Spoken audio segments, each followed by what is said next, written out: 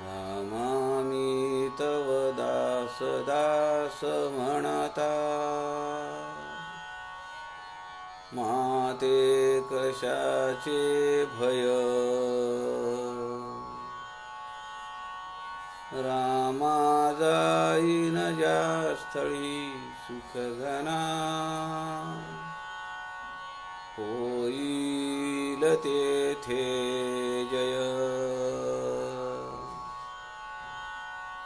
रामाया भुवनत्रयी तुझविणा, नाही दुजा तारक. रामा तू सकलार्थ पूर्ण करीशी, तू तात मी बालक.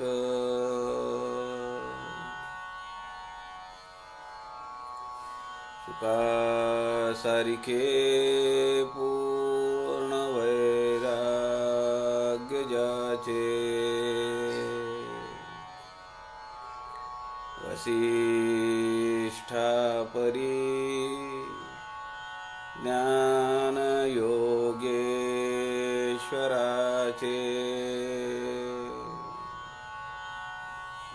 कवी वाल्मिकी सारिखा मान्य ऐसा. नमस्कार माझा सद्गुरु रामदासा. जय जय रघुवीर समर्थ, सब संतन की जय.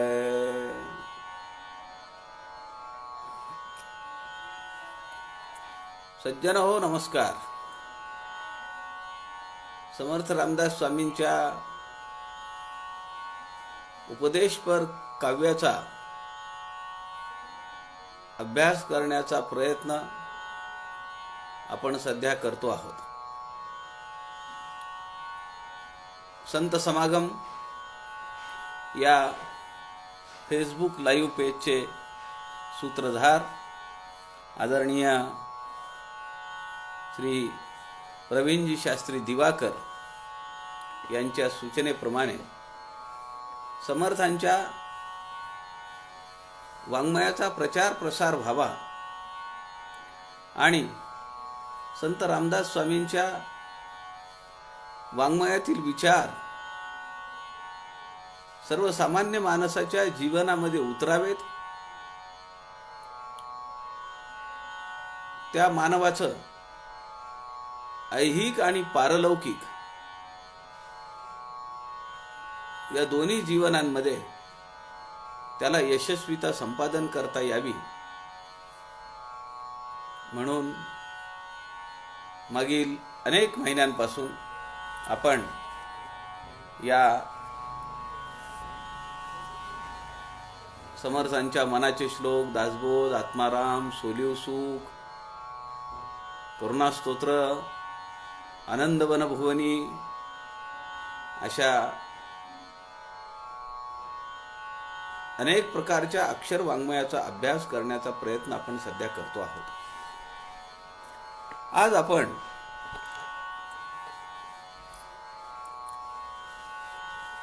समर्थांच्या पत्रांचा विचार सध्या आपण करतो आहोत. समर्थांनी जी पत्र लिहिली त्या पत्रांमधून काय उपदेश केला, कुणाचा गौरव केला याचा विचार आपण पाहतो आहोत. आपण शिवाजी महाराजांचं केलेलं कौतुक, त्यांच्या कार्याचं केलेलं प्रोत्साहन ते पत्र पाहिलं. अखंड स्थितीचा निर्धारू श्रीमंत योगी ही पदवी ज्या पत्रामध्ये दिली ते पत्र आपण पाहिलं. राजधर्म पत्र पाहिलं. अनुग्रह दिल्यानंतर शिवाजी महाराजांना त्यानंतर सेवकांसाठी, सैन्यासाठी जे पत्र लिहिलं, सुनील दादांच्या शब्दामध्ये हे समर्थ रचित युद्ध स्तोत्र आहे. त्याचाही विचार आपण केला. आज आपण समर्थ रामदासांनी त्यांचे थोरले बंधू गंगाधर पंत, ज्यांना श्रेष्ठ असंही म्हणतात, रामी रामदास असंही म्हणतात, त्यांना एक पत्र लिहिलंय. हे पत्र समर्थ रामदासांनी चाफळहून पाठवलेलं आहे.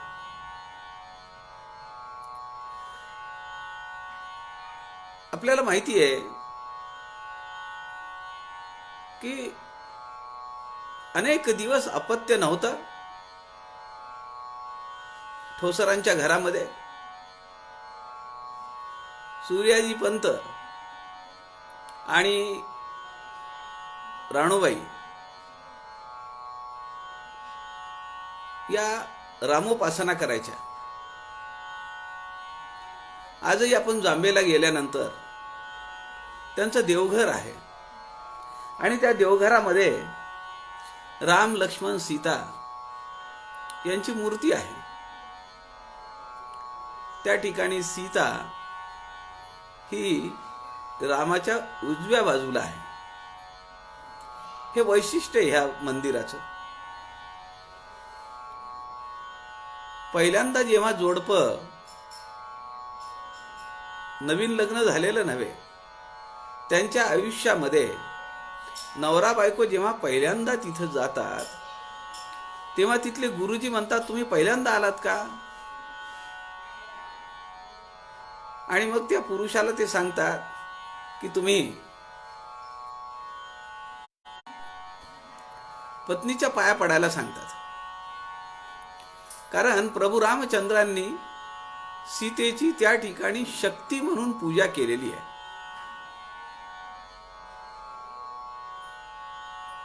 त्याच मंदिरामध्ये कोपऱ्यात एक पितळी घागर आहे की जी घागर समोर असलेल्या एका छोट्या आडामध्ये टाकून नारायणाने, समर्थांचं हे जन्म नाव आहे नारायण, नारायणाने एका पंक्तीत तूप कमी पडलं उत्सवामध्ये म्हणून ती घागर आडात सोडली आणि ते तूप सगळ्या पंक्तीला पुरलं, अशी आख्यायिका आहे. मध्यंतरी तिथल्या एका समर्थ भक्तानी अशी एक पोस्ट टाकली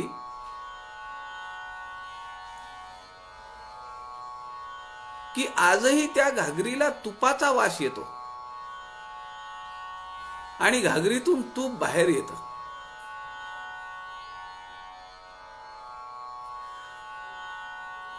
आपण समर्थ रामदास स्वामींचे शिष्य आहोत. समर्थ रामदास स्वामींनी अंधश्रद्धांवर आसूड ठोकलेले आहेत.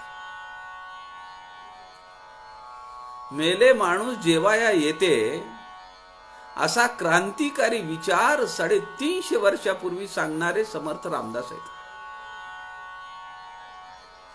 आणि त्यांनी त्यांच्या लहानपणी वापरलेल्या घागरीतून आजही तूप बाहेर येतं किंवा तुपाचा वास येतं असं म्हणणं हे हास्यास्पद आहे. हे चुकीचं आहे. आज आपली जे काही मुलं नातू आहेत त्यांना जर आपण सांगायला लागलो हे, तर त्यांना या भाकड कथा वाटतील. असं काहीतरी लिहिणं चुकीचं आहे. आपण चिकित्सक आहोत, जाणकार अभ्यासक आहोत, विचक्षण श्रोते आहोत, असं काही म्हणून योग्य नव्हे.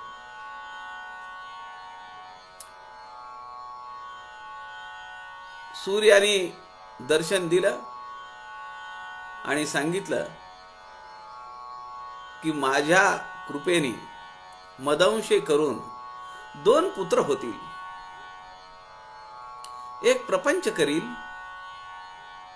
तर दुसरा जगदुद्धार करील. त्याप्रमाणे श्रेष्ठांनी प्रपंच केला. श्रेष्ठांना हे माहिती होतं की नारायणाचा काही प्रपंच होणार नाही. त्यामुळे त्यांनी आपल्या मातोश्रींना सांगितलं सुद्धा होतं की आता त्याच्या मागे लागण्यात अर्थ नाही लग्नासाठी.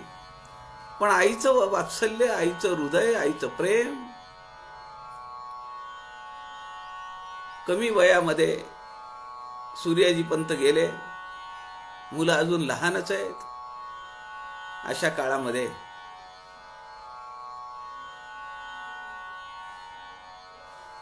त्या मातेचं दुःख आपण समजू शकतो. आणि तिने ध्यास घेतला आणि ती म्हणाली की बोहल्यावर उभा राहीपर्यंत, अंतरपाठ धरेपर्यंत तू नाही म्हणू नकोस. पडत्या फळाची आज्ञा म्हणून नारायणाने होकार दिला आणि आपल्याच भावाची मुलगी, तिथून जवळ 6 किलोमीटरवर आसनगाव आहे जांबेपासून, ती मुलगी, तिचं नाव सावित्री, त्या सावित्रीचा विवाह नारायणाशी ठरला. संध्याकाळी 7:35 मुहूर्त होता, गोरज मुहूर्त होता. तेव्हा काही फ्लड लाईट्स नव्हते, मेणबत्त्या, त्यानंतर काय असेल मशाली वगैरे असं करून ते लग्न चालू होतं. आणि कुणीतरी ओरडलं साप साप साप म्हणून, आणि त्याचा फायदा नारायणाने घेतला आणि तिथून ते सावध झाले. हा समर्थ रामदासांच्या जीवनाचा एक कालखंड आहे जांबेतला. श्रेष्ठांना चाफळ मठातून समर्थ पत्र लिहित आहेत, अत्यंत सुरेख. आणि आपल्या थोरल्या भावाचं गुणवर्णन काय करावं त्याचा एक आदर्श समर्थ रामदासांनी या पत्रात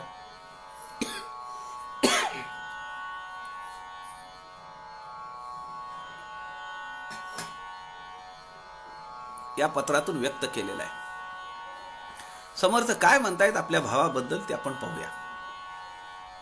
श्रीराम समर्थ श्रीराम, सकळ तीर्थांचे सार, सत्य स्वरूप निर्विकार, तुमचे चित्त तदाकार, निरंतर श्रीराम.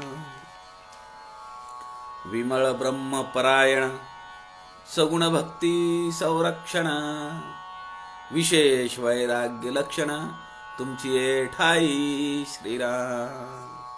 मुक्त क्रियेचा अनादरू, मुक्त क्रियेचा अनादरू, स्वधर्म कर्मी अत्यादरू, आग्रह निग्रहाचा विचारू, तोही नसे श्रीराम. नसे कामनेचा लेश, जयंत्या पर्वाचा हव्यास, अंतरी माने विशेष, हरिकथा निरूपण श्रीराम. तुमची या देह सार्थकांचे, सर्वदा परोपकारांचे, भगवंते निर्मिले बहुतांचे, समाधान श्रीराम. तुमचे नि वाग्विलासे, बहुपाखंड नासे, संशयातीत प्रकाशे, विमळ वस्तू श्रीराम. सन्मार्गीचा कैपक्षी, अनमार्ग करणे अलक्षी, लोक पावती प्रत्यक्षी, समाधान श्रीराम. दक्षता आणि चातुर्यता, व्युत्पन्नता आणि लीनता, उत्तम गुण सर्वज्ञता, तुमचे ठाई श्रीराम. तुमचे स्वरूप वर्णवेना, म्हणोनी देहाची वर्णना युक्त अयुक्त मित्रजना क्षमा केली पाहिजे श्रीराम. केवळ 9 कडव्यांचं हे पत्र आहे. या पत्रामध्ये समर्थ रामदासांनी आपल्या थोरल्या बंधूंचं गुणवर्णन केलेलं आहे. जसे उद्धव सुतांचे श्लोक आहेत, अष्टक आहे समर्थ अष्टक, तसं श्रेष्ठांवर सुद्धा उद्धव सुतांनी रचलेलं एक काव्य आहे. त्यामध्ये उद्धव सुतांनी श्रेष्ठांचा गौरव केलेला आहे. समर्थ देव समर्थ भाव तरी सामर्थ्य आले गौरव, ज्याचिया चरित्र श्रवणे रोख चुकती पातक यावे. श्रीरामी भिनला निजदास म्हणून रामी रामदास, नाम ठेवीत सर्वेश गंगाधर पंतांचे. गंगाधर पंतांचं रामी रामदास हे नाव कशामुळे पडलं, तर त्यांच्या अंतःकरणात असलेल्या श्रीरामाच्या अधिष्ठानामुळे. समर्थ देव समर्थ भाव म्हणजे समर्थ ही पदवी रामाला श्रेष्ठांपासून चालू आहे. आपण रामदास स्वामी, नारायण सूर्याजी पंत ठोसर किंवा बदललेल्या नावाप्रमाणे रामदास स्वामींना आपण समर्थ म्हणतो, पण रामदास स्वामी काय किंवा श्रेष्ठ गंगाधर पंत काय, हे रामाला समर्थ म्हणतायत. समर्थ देव समर्थ भाव तरी सामर्थ्य आले गौरव, गौरवाला आलंय सामर्थ्य. ज्याची या चरित्र श्रवणे रोख चुकती पातक भावे. श्रीरामी भिनला निजदास, अभिन्नत्व झालेलं आहे श्रीरामाचं आणि गंगाधर पंतांचं. म्हणून रामी रामदास, नाम ठेवीत सर्वेश गंगाधर पंतांचे. मार्गशी शुद्ध त्रयोदशी 1605 शके या दिवशी श्रेष्ठांचा जन्म झालेला आहे. तो जन्म सूर्योदयाच्या वेळी झालेला आहे. बघा, सूर्याच्या कृपेने 2 मुलं झाली राणूबाईंना. एक सूर्योदयाच्या वेळी झालेलं आहे, ते आहेत गंगाधर पंत. गोदामाईला नवस बोलला होता म्हणून त्याचं नाव गंगाधर असं ठेवण्यात आलेलं आहे. समर्थ रामदास स्वामी हे गोदा काठचेत.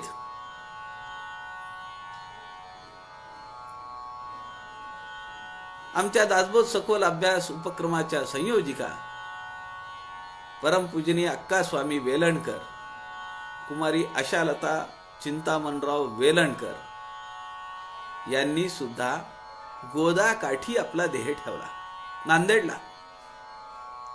त्यामुळे गोदावरीचं महात्म्य समर्थ रामदासांच्या जीवनामध्ये खूप आहे. आपले दासबोध सखोल अभ्यास उपक्रमाचे माजी संचालक आणि आता आपले असलेले मार्गदर्शक पूजनीय तात्यासाहेब तथा वसंत श्रीकृष्ण गाडगीळ हे सुद्धा गोदावरीच्या काठचेच आहेत. त्यांचा जन्म हा गोदेच्या काठी झालेला आहे. मार्गशी शुद्ध त्रयोदशी 1605 सूर्योदयाला झालेला जन्म आहे. आणि मार्गशीर्ष हा महिना भगवंतानी सांगितलेल्या विभूतीमध्ये महिन्याची विभूती म्हणून मार्गशीर्ष महिना सांगितलेला आहे. किती योगायोग आहे, किती मोठा ही परंपरा आहे. समर्थ आपल्या बंधूंचं वर्णन करताना म्हणतात, सकळ तीर्थांचे सार सत्य स्वरूप निर्विकार, तुमचे चित्त तदाकार निरंतर. श्रेष्ठांनी प्रपंच जरी केलेला असला तरी सुद्धा ते योग्याप्रमाणे राहिलेले. त्यांची पत्नी सौ पार्वतीबाई यांचं सुद्धा जीवन हे अत्यंत आदर्शवत आणि आध्यात्मिक पातळीवरचं उच्च पातळीवर असलेलं असं हे जीवन आहे दोघांचंही. समर्थ म्हणताय सकळ तीर्थांचे सार, सत्य स्वरूप निर्विकार. आपले बंधू, त्यांचं स्वरूप कसं आहे? सत्य स्वरूप आहे, निर्विकार आहे. सकळ तीर्थांचे सार. आपल्या शास्त्रामध्ये 5 महातीर्थ सांगितलेली आहेत. पिता, पती, समता, अद्रोह आणि भक्ती. या सर्वांचं सार कशात आहे? मनुष्यत्वात आहे. असा जो मनुष्य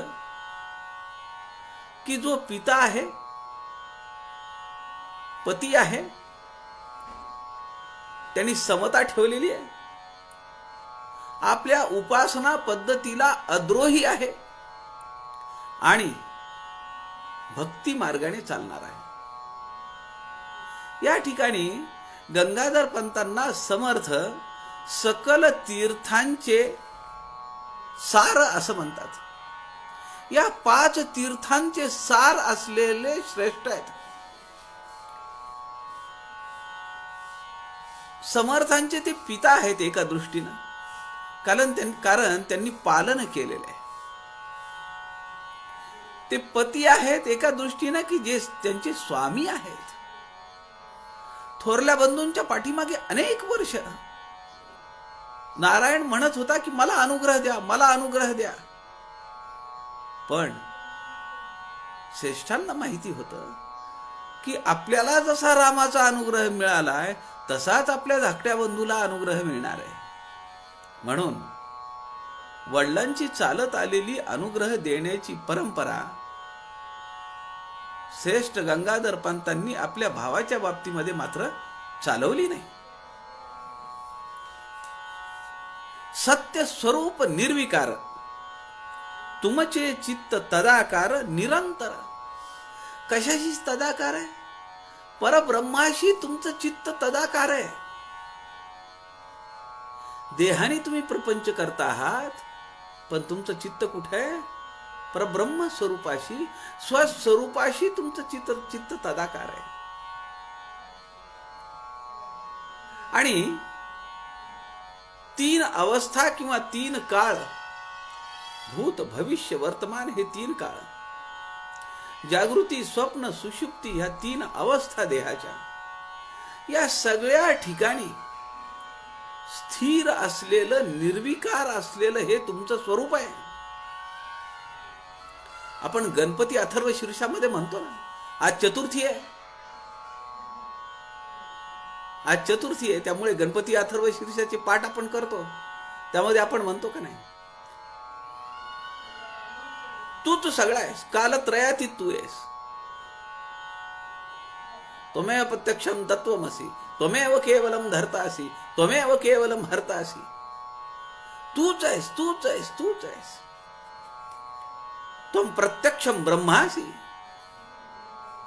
त्वं कालत्रयातीतः, त्वं मूलाधार स्थितोसि नित्यम.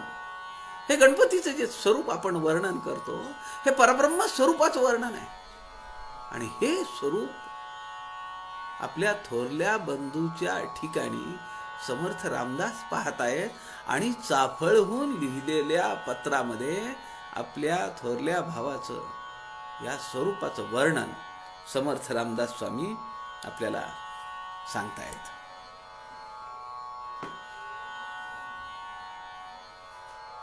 पुढे समर्थ म्हणताय, विमल ब्रह्म परायण, सगुण भक्ती संरक्षण, विशेष वैराग्य लक्षण तुमची या ठाई.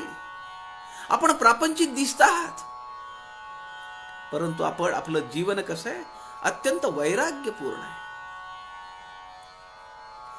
ठाकूरांनी संन्यास घेतलेला आहे, रामकृष्ण परमहंसांनी, पण त्यांचे जे सद्गुरू आहेत तोतापुरी परमहंस, ते जेव्हा त्यांना दीक्षा द्यायला येतात तेव्हा ते म्हणतात की मी संन्यासी आहे,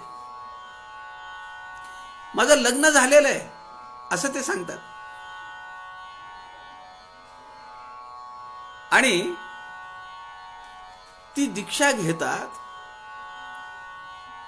18 वर्षांनी आपल्यापेक्षा लहान असलेल्या शारदा मातांना ठाकूर काली मातेच्या रूपात पाहतात.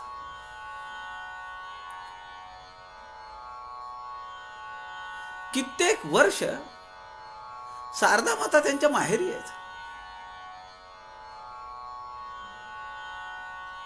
आणि त्या जेव्हा त्यांना असं वाटतं की आपण रामकृष्ण परमहंसांच्या जवळ जायला पाहिजे, काही त्यांची सेवा करायला पाहिजे, त्या ठाकूरांकडे येतात, त्यांची सेवा करतात, हात पाय दाबून देतात, तेल लावतात. आणि एके दिवशी त्या विचारता की तुम्ही मला कुठल्या स्वरूपात पाहता. तेव्हा रामकृष्ण परमहंसांनी दिलेलं उत्तर ते असे की मी तुमच्यामध्ये काली मातेला पाहतो. प्रपंच चालू आहे श्रेष्ठांचा पार्वतीबाईंसोबत. समर्थ म्हणतायत विशेष वैराग्य लक्षण तुमची आहे ठाई. विमल ब्रह्म परायण सगुण भक्ती संरक्षण. सगुण आणि खाली वैराग्य लिहिलंय. सगुण भक्ती संरक्षण. तुम्ही सगुण भक्तीचं संरक्षण केलेलं आहे, एक आदर्श उभा केलाय. समाजाच्या समोर सगुण भक्तीचा आदर्श उभा केलाय. पण तुम्ही विशेष वैराग्य लक्षण आहे तुमच्या ठाई.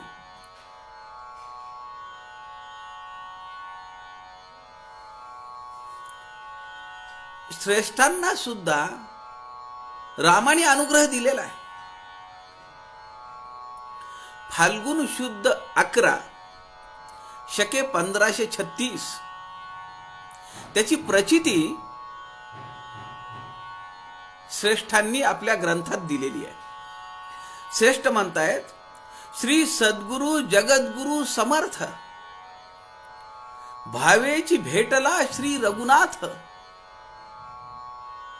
मस्तकी ठेवुनी पद्महस्त स्वरूप प्रकाशिले. त्याची प्रचिती दिली आहे. याच्यापेक्षा वेगळा काय पुरावा पाहिजे.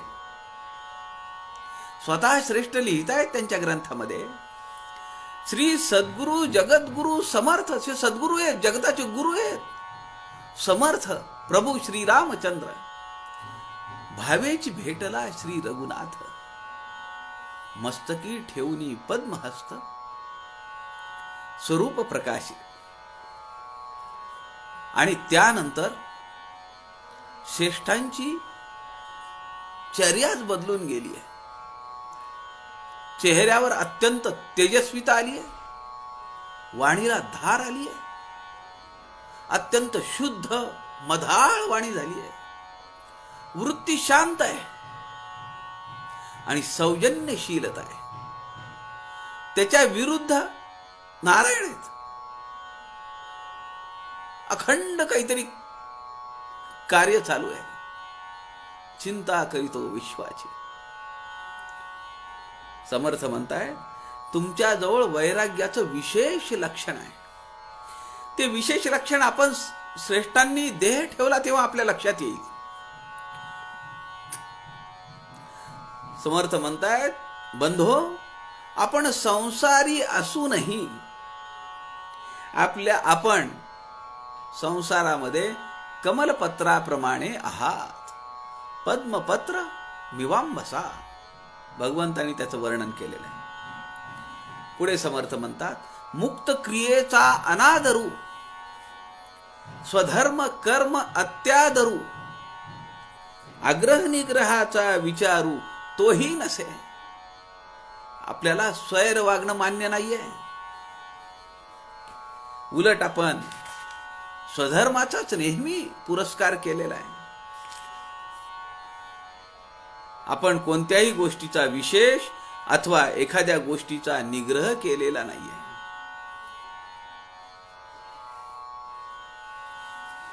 या ओवीमध्ये समर्थ रामदासांनी त्यांच्या आचरणावर प्रकाश टाकलेला आहे. त्यांचं वागणं कसं होतं, ते प्रपंचात होते पण स्वैर वागणं नव्हतं. मुक्त क्रियेचा अनादरू परंतु स्वधर्म कर्मी अत्यादरू. आपल्या धर्माचं जे कर्म आहे ते करण्यामध्ये त्यांना आत्यंतिक आदर असे. हनुमंत स्वामींनी बखरीमध्ये श्रेष्ठांचं वर्णन केलेलं आहे. हनुमंत स्वामी आपल्या बखरीमध्ये म्हणतात, सकळ तीर्थांचे माहेर, सकळ गुणांचे भांडार, सकळ विद्येचा सागर. हनुमंत स्वामी बखरीमध्ये लिहितात, सकळ तीर्थांचे माहेर, सकळ गुणांचे भांडार, सकळ विद्येचा सागर. स्वरूप तुमचे तू धीरपणे पेरू, तू उदारपणे जळ धरू, तू गंभीरपणे सागरू पियुषांचा, तू पवित्रपणे वैश्वानरू, तू समर्थपणे ईश्वरू, तू प्रतापाचा दिन करू धगधगायमान, तू सकळ सत्याचा साक्षी, अनंत माया तुझे कुक्षी, तुमचे निजरूप लक्षी ऐसा कवणू, तुमचे देह सार्थकाचे सर्वदा परोपकाराचे, भगवंते निर्मिले बहुतांचे समाधान, दक्षता आणि चातुर्यता, व्युत्पन्नता आणि लीनता, उत्तम गुण सर्वज्ञता तुमचे ठाई. असं वर्णन श्रेष्ठांचं हनुमंत स्वामींनी आपल्या बखरीमध्ये केलेलं आहे. पुढे समर्थ म्हणतात, नसे कामनेचा लेश, जयंत्या पर्वाचा हव्यास, अंतरी माने विशेष हरिकथा निरूपण. काय आवड होती अहो, वडील गेल्यानंतर, सूर्याजी पंत गेल्यानंतर आलेलं कुलकर्णीपणाची लेखणी 1 वर्ष श्रेष्ठांनी बाजूला ठेवलेली आहे. आपलं व्यावहारिक कार्य थांबवलेलं आहे आणि स्वधर्माचा विचार पुढे आणलेला आहे. नसे कामनेचा लेश, कुठली कामना नाहीये, वृत्ती नाहीये, वासना नाहीये. नसे कामनेचा लेश, जयंत्या पर्वाचा हव्यास. अनेक संत पुरुषांच्या देवदेवतांची उत्सव करावी, जयंत्या कराव्यात, पर्व काळामध्ये जावं, तो उत्सव करावा. अंतरी माने विशेष हरिकथा निरूपण. वासनेचा लवलेशही आपणास नाहीये. समर्थ म्हणतात, पर्व काळाचा उत्सव करण्याचा आपणास मोठा हव्यास आहे. असं हे विशेष गुण तुमच्या जीवनात मी पाहिलेत, असं समर्थ रामदास स्वामी म्हणतात. पुढे समर्थ म्हणतायत, तुमची या देह सार्थकाचे सर्वदा परोपकारांचे, भगवंते निर्मिले बहुतांचे समाधान. कसा केलाय प्रपंच श्रेष्ठांनी, अनेक लोकांचं समाधान केलेलं आहे. आजही जालना, अंबड, मंठा, घनसावंगी, औरंगाबाद पर्यंत अनेक गावांमध्ये त्यांचे श्रेष्ठांचे शिष्य आहेत. आपल्या मावशासारखा त्यांनी संसार केला. आपला मावसा म्हणजे एकनाथ महाराज. एकनाथ महाराज त्यांच्या पत्नी म्हणजे राणूबाईची बहीण आहे. भांजी बोदलापूरकरांची मुलगी आहे ती. आसनगाव हे माहेर आहे त्यांचं. तुमची या देह सार्थकाचे सर्वदा परोपकारांचे, आपण आपल्या जीवनभर परोपकार केलेला आहे. अनेकांना आध्यात्मिक वाटेवर आणलेलं आहे. त्यांच्या प्रापंचिक पारमार्थिक अडी अडचणी आपण सोडवलेल्या आहेत. त्यामुळे समर्थ म्हणतात की आपल्याला भगवंतानी जन्म देऊन अनेकांचे समाधान केलेले आहे. तुमचेनी वागविलासे बहु पाखंड नासे, संशयातीत प्रकाशे विमळ वस्तू. कशाचा संदर्भ आहे हा? तुमचेनी वागविलासे, तुमच्या बोलण्याने, तुमच्या लिखाणाने, तुमच्या ग्रंथ संपदेने बहु पाखंड नासे. त्या काळामध्ये शैव आणि वैष्णवांमध्ये अत्यंतिक परस्पर कलह होता. वैष्णवांनी घर सारवताना सुद्धा असा हात करायच्या ऐवजी असा हात करायचा. गंध आडवा लावायचा नाही. सुईमध्ये दोरा शिवून दे म्हणायचं नाही. कपडे शिवून दे म्हणायचं नाही. शिव नाव घ्यायचंच नाही तोंडाने. अशा वातावरणामध्ये श्रेष्ठांचे जे ग्रंथ आणि जे स्फुट काव्य बाहेर पडलं, त्यांनी या दोन विचारधारांमध्ये साम्यता आणण्यासाठी, तेढ कमी करण्यासाठी फार मोठं का योगदान दिलेलं आहे. म्हणून समर्थ या ठिकाणी म्हणतात, तुमचे वागविळासे बहु पाखंड नासे. हे पाखंड आहे. वैष्णवांनी शिव म्हणायचं नाही. जे शैव आहेत त्यांनी उभे गंध लावायचे नाही. हे पाखंड नासे, संशयातीत प्रकाशे विमळ वस्तू. अनेक ग्रंथांची रचना श्रेष्ठांची झालेली आहे. त्यातले 2 ग्रंथ अत्यंत महत्वाचे ग्रंथ आहेत. 77 अध्यायांचा एक ग्रंथ आहे. त्याचं नाव आहे भक्ती रहस्य.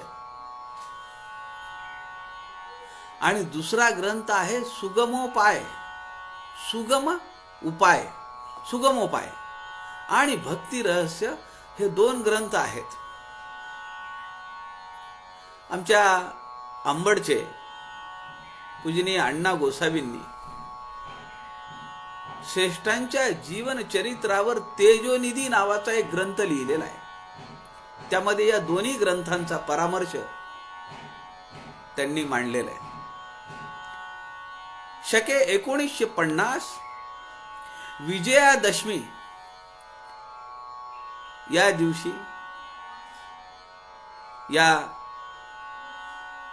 भक्ती रहस्य 77 अध्यायांचा हा ग्रंथ तयार झालेला आहे. आणि हा ग्रंथ धुळ्याला मिळाला असं एका प्राध्यापक भगवान काळेंनी एका लेखामध्ये याबद्दल लिहिलेलं होतं.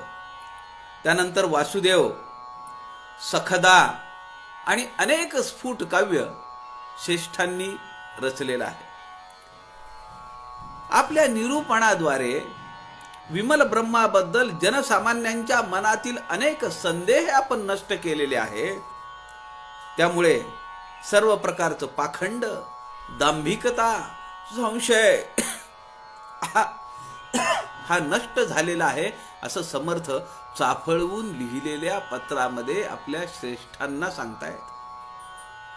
पुढे समर्थ म्हणतात, सन्मार्गीचा कै पक्षी अनमार्ग करणे अलक्षी, लोक पावती प्रत्यक्षी समाधान. सन्मार्गीचा कै पक्षी, आपण नेहमी सन्मार्गाचा पक्ष धरून असत मार्गाकडे दुर्लक्ष केलेले आहे. अनमार्ग करणे अलक्षी, अनमार्ग म्हणजे असत मार्ग, अलक्षी म्हणजे तिकडे लक्ष न जाऊ देणे, दुर्लक्ष करणे. जो चुकीचा मार्ग आहे, जो असत मार्ग आहे, जो दांभिक मार्ग आहे, पाखंड्यांचा रस्ता आहे, तिकडे दुर्लक्ष केलेलं आहे. आणि सन्मार्गाची वाट आपण धरलेली आहे. मार्गाधारे वर्तावे, विश्व मोहरेची लावावे. माऊली सांगते ना, त्याप्रमाणे आपलं जीवन आहे. अलौकिक ते नोहावे लोकांप्रती. पुढे समर्थ म्हणतायत, दक्षता आणि चातुर्यता, व्युत्पन्नता आणि लीनता, उत्तम गुण सर्वज्ञता तुमचे ठाई. दक्षता आणि चातुर्यता. आपण सावध आहात, आपण चतुर आहात, व्युत्पन्न आहात, विद्वान आहात, व्यासंगी आहात. आणि एवढा असूनही आपला नम्र भाव हा विशेष गुण आहे. उत्तम गुण सर्वज्ञता तुमचे ठाई. लीनता, उत्तमता या विशेष गुणांनी अलंकृत असं आपलं चरित्र आहे. आपल्या ग्रंथामध्ये श्रेष्ठ म्हणतात, किती लीनता आहे त्यांच्या मनामध्ये सुद्धा, कुठेही आढ्यता नाही आहे. ते म्हणताय, संस्कृत देशस्थ नव्हे वेगळे. आपण पाहिलेलं आहे की दासबोधामध्ये समर्थ म्हणतात, मराठीमध्ये ग्रंथ लिहिलाय म्हणून तू त्याची अवहेलना करायची का? त्यातला अर्थ महत्वाचा आहे. तसं श्रेष्ठ पण आपल्या भक्तिरसामध्ये म्हणतात, संस्कृत देशस्थ नव्हे वेगळे. संस्कृत आणि प्राकृत हे काही वेगवेगळे नाहीये. संस्कृत देशस्थ नव्हे वेगळे, जे ते भगवत प्रेम तेची आगळे. जे देशी जे भाषा सकळासी कळे. ज्या देशामध्ये जावं, म्हणजे ज्या लोकांमध्ये तुम्ही जाल त्याप्रमाणे तुम्ही बोललं पाहिजे. जे देशी जे भाषा सकळासी कळे, तेणे करावे कीर्तन. त्या भाषेमध्ये आपण बोललं पाहिजे. पुढे समर्थ म्हणतात, आता आत्यंतिक विनम्रता आणि आपल्या ज्येष्ठ बंधूंच्या स्वस्वरूपाबद्दल प्रचिती आलेली आहे. समर्थ त्यांचं वर्णन करताना अत्यंत बहारीचे शब्द वापरतात. ते म्हणतात, तुमचे स्वरूप वर्णवेना. सद्गुरु स्तवन आपल्या डोळ्यासमोर आलं पाहिजे. माऊली आपल्या थोरल्या बंधूबद्दल असंच म्हणते.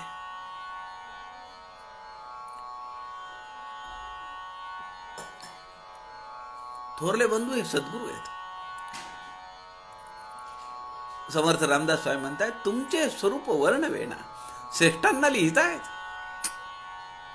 म्हणून देहाची वर्णना. तुमचं खरं स्वरूप मला समजलंच नाही ना. पण मी हे सगळं जे वर्णन केलंय हे तुमच्या पंचभौतिक देहाचं वर्णन आहे. म्हणून देहाची वर्णना. युक्त अयुक्त मित्रजना क्षमा केली पाहिजे. मी तुमचं वर्णन केलंय, या देहाचं वर्णन केलंय. हे बंधू, आपल्या मूळ स्वरूपाचं वर्णन मला काही करता येणार नाही. सद्गुरूंचं वर्णन करता येणार नाही हे सद्गुरु स्तवनामध्ये समर्थ बोललेलेच आहेत दासबोधात. म्हणून या ठिकाणी ते आपल्याला म्हणतात, हे बंधो, आपल्या स्वरूपाचं मला वर्णन करता येत नाही, म्हणून मी आपल्या देहाचं थोडं बहुत वर्णन केलेलं आहे.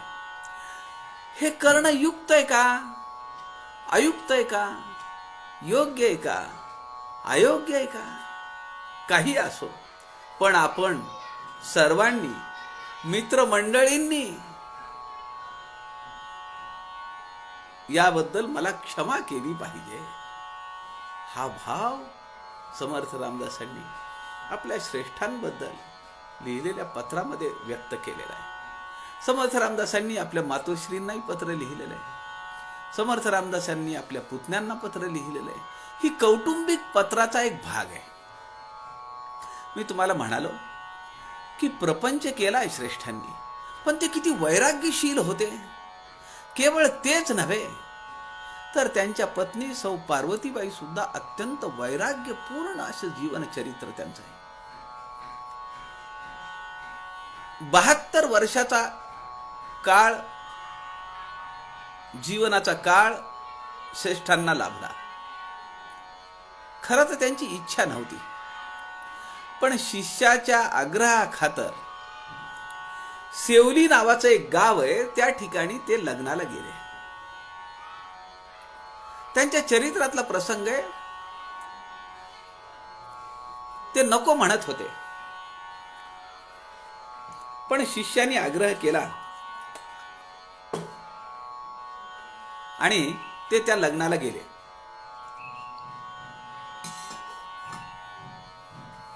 लग्न लागलं.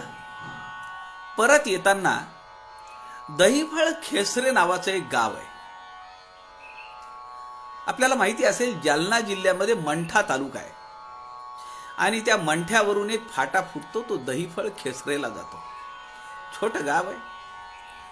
दहीफळ खेसरेला ते थांबले. ते म्हणाले, आपण आता सगळेजण इथे जेवण करू. येशू ख्रिस्ताच्या जीवनातला प्रसंग मला आठवतो. ज्या दिवशी येशूला निजधामी जायचं होतं, त्या दिवशी त्यांनी केलेला स्वयंपाक स्वतःच्या हाताने आपल्या सगळ्या शिष्यांना वाढला. रामी रामदास गंगाधर पंतांनी दहीफळ खेसरे या ठिकाणी आपल्या सगळ्या शिष्यांना बसवलं आणि आपल्या स्वहस्ते त्या सगळ्यांना जेवण वाढलं. त्यानंतर एका झाडाखाली ते पद्मासनात बसले आणि पद्मासनात त्यांनी आपला देह ठेवला. ही वार्ता सगळीकडे समजली, कारण त्या पंचक्रोशीमध्ये श्रेष्ठांबद्दल सगळीकडे माहिती होतं. अनेक पिढ्यांपासून ठोसरांचं घर, एक आदर्शवत कुटुंब, आदर्श मातोश्री, आदर्श बंधू, आदर्श पुत्र, आदर्श पिता, आदर्श माता, आदर्श सगुण भक्ती, अशा उच्च पातळ्यांवर हे कुटुंब होतं. सगळी गावकरी मंडळी जमली. हा हा म्हणता सगळीकडे वार्ता पसरली. जांबेपर्यंत वार्ता गेली. जांबेवरनं पार्वतीबाई आल्या. आपली 2 मुलं रामजी आणि श्यामजी यांना घेऊन आल्या.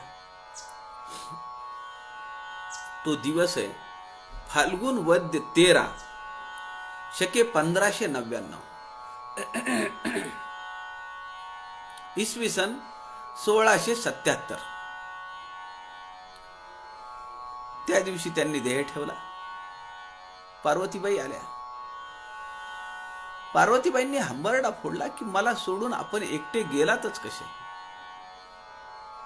पार्वतीबाईंनी आपलं मस्तक त्यांच्या चरणावर ठेवलं आणि पार्वतीबाईंनी शेवटचा श्वास घेतला. सज्जन हो, समर्थ का म्हणतात की आपण संसारी असला तरी वैराग्याचं आत्यंतिक लक्षण आपल्या जीवनात आहे. आपण तदाकार वृत्तीनं राहत आहे.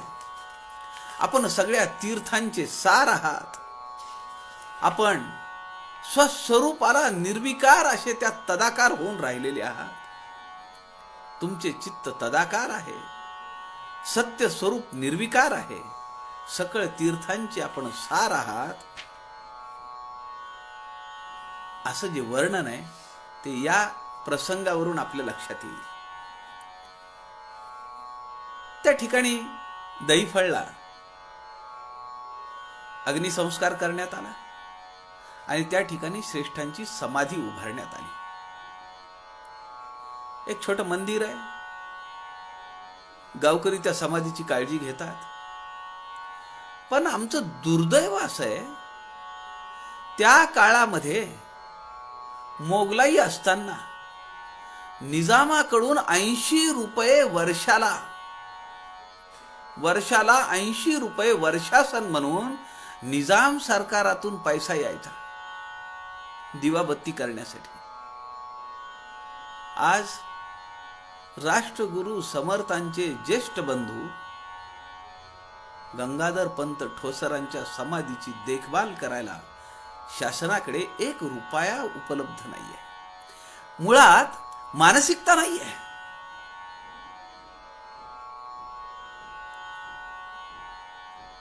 हे आमचं दुर्दैव आहे. आणि जी लोक समर्थांची आम्ही आहोत असं म्हणतात, समर्थांच्या नावावर मठ करून ताठा करतात, त्या कुणालाही वाटत नाही की ज्यांच्या नावावर आपलं, ज्यांच्या अधिष्ठानावर आपलं सगळं जीवन, आपलं जीवन नव्हे आपल्या पिढ्या कार्यरत आहेत, जगतायत, त्यांना असं कधी वाटत नाही की ज्यांनी एवढं कौतुक केलंय आपल्या थोरल्या भावाचं, त्यांच्या समाधीकडे आपण थोडं आपण लक्ष द्यावं, 2 पैसे तिथं पाठवावेत, असं त्यांना वाटत नाही. हे आमचं दुर्दैव आहे. समर्थ संप्रदायाचं हे तुमचं आमचं दुर्दैव आहे. यापेक्षा काय बोलणार आपण? समर्थांच्या या पत्रानंतर अजून एक पत्र आपण छोटेखानी पाहणार आहोत, जे उपदेशपर काव्यामध्ये येईल नाही येईल मला माहिती नाही, पण श्रेष्ठांनी लिहिलेलं एक पत्र, एकाच कडव्याचं 4 ओवींचं हे पत्र आहे. आणि त्याला उत्तर दिलेल्या सुद्धा 4च ओव्या आहेत. समर्थ रामदासांनी त्याला उत्तर दिलेलं आहे. काय झालं की समर्थांचा संप्रदाय वाढायला लागला. अनेक लोक पैठणहून समर्थ जांबेला गेले, जांबेवरून निघाले 13व्या वर्षी सावधान म्हणताना टाकळीला गेले. 12 वर्ष परिभ्रमण केलं आणि कृष्णाकाठी समर्थ स्थिरावले. स्वराज्य संस्थापना, स्वराज्याचा प्रकल्प उभा राहिला. त्याला सगळं सहाय्य अनेक संतांप्रमाणे, तुकाराम महाराजांप्रमाणे समर्थ रामदासांनीही केलं. समर्थ फिरत फिरत पैठणाला आले, कीर्तन केलं. कीर्तन झाल्यानंतर एक माणूस पुढे आला, एकट्या समर्थांना पाहून म्हणाला, तुम्ही आमचे नारोबा तर नाही? असं म्हणल्याबरोबर समर्थांनी चमकून त्यांच्याकडे पाहिलं. नारोबा म्हणणारा कोण आहे? आजपर्यंत मी रामदास रामदास असं म्हणत आलो, आज मला माझ्या जन्म नावाने कुणी हाक मारली आहे?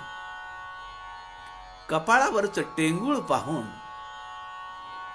तो ग्रामस्थ म्हणाला, होय ना, तूच आमचा नारोबा. आणि कडकडून मिठी मारली. ते ग्रामस्थ म्हणाले, अरे नारोबा, तुझ्या आईने एवढा ध्यास घेतला, तुझा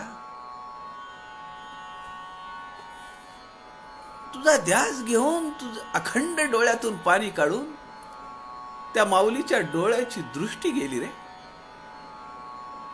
आणि किती वर्ष झाली आता? असं म्हणल्याबरोबर समर्थ रामदासांना आईचं प्रेम, आईचं वात्सल्य सगळं स्मरण झालं. आणि समर्थ रामदास तिथून आपल्या मातोश्रींना भेटण्यासाठी जांबेला आले. जांबेला आले, बरेच दिवस राहिले.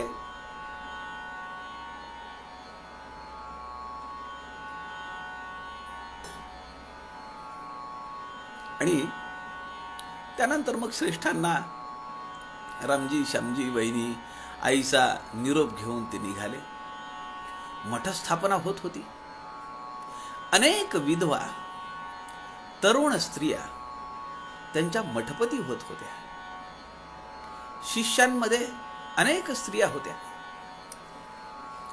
आता हा रामदास म्हणजे आपला नारोबा आहे. त्याला भेटण्यासाठी वाट वाकडी करून ते जिथं असतील तिथं लोक जायचे. गावी यायचे जांबेला, आणि श्रेष्ठांना म्हणायचे, काय वैभव आहे नारायणाचा, मोठा महंत झालाय, अनेक शिष्य आहेत, त्यामध्ये स्त्रिया सुद्धा आहेत. आता खरं तर जसं थोरल्या भावाबद्दल समर्थांच्या मनात जी भावना आहे, आत्यंतिक आदराची भावना, परब्रह्म स्वरूप आपले भाऊ आहेत, ही भावना जशी आहे तशी आपला धाकटा भाऊ सुद्धा तो हनुमंताचा अवतार आहे, हे रामी रामदासांना माहिती आहे. पण त्यांनी एक 4 ओव्या लिहून पाठवल्या. काय लिहित आहेत श्रेष्ठ? तारुण्य लावण्य संपन्न नगरी. नगरी कशी आहे? तरुण आहे, ती लावण्यवती आहे, मोहक आहे. एका नगरीचं वर्णन केलंय. हा दृष्टांत आहे. तारुण्य लावण्य संपन्न नगरी, कौशल्यता वैभव चित्तहारी. अनेक ठिकाणी पाणपोया आहेत, अनेक ठिकाणी नाटकशाळा आहेत, अनेक ठिकाणी मोठमोठी मंदिरं आहेत, बाग बगीचे आहेत. अशी ही नगरी कौशल्यता वैभव चित्तहारी, अत्यंत वैभव संपन्नता आहे, कौशल्य पूर्ण रचलेली नगरी आहे, आपल्या चित्ताचा हरण करणारी आहे. तिथं राहावं वाटेल, त्या नगरीत निवास करावा वाटेल. एकांत काळी पडता समंधू, मोही गुंतेना तरी धन्य साधू. एकांत काळी पडता संबंधू. एकांत काळ असताना असा जर संबंध आला तर त्या नगरीच्या मोहामध्ये जो साधू रमत नाही, जो साधू त्या नगरीत राहत नाही, तो अरण्यात जातो, तो वनवास पत्करतो, तो वनात जातो.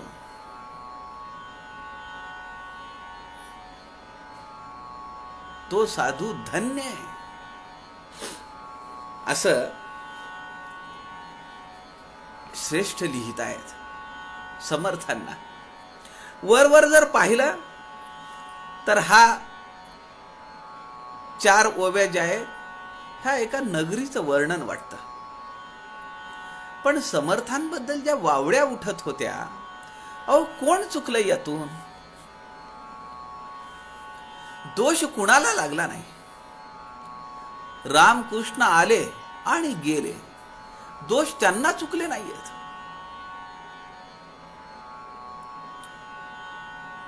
टिळकांना दोष चुकला नाही, भले भले याच्यात अडकले, वावड्या उठल्या. या सगळ्या ज्या वावड्या उठत होत्या, श्रेष्ठांच्या कानावर येत होतं. श्रेष्ठ पक्के आहेत, त्यांना माहिती आहे असं काही होणार नाही. तरी पण स्वतःचं समाधान करून घेण्यासाठी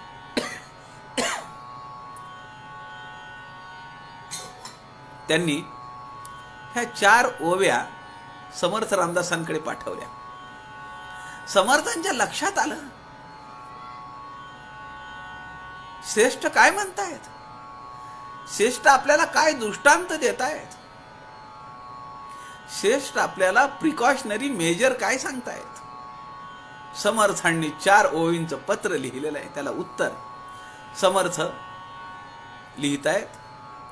स्वर्गांगना सन्मुख शीघ्र आली, लावण्य रूपी नच दृष्टी घाली.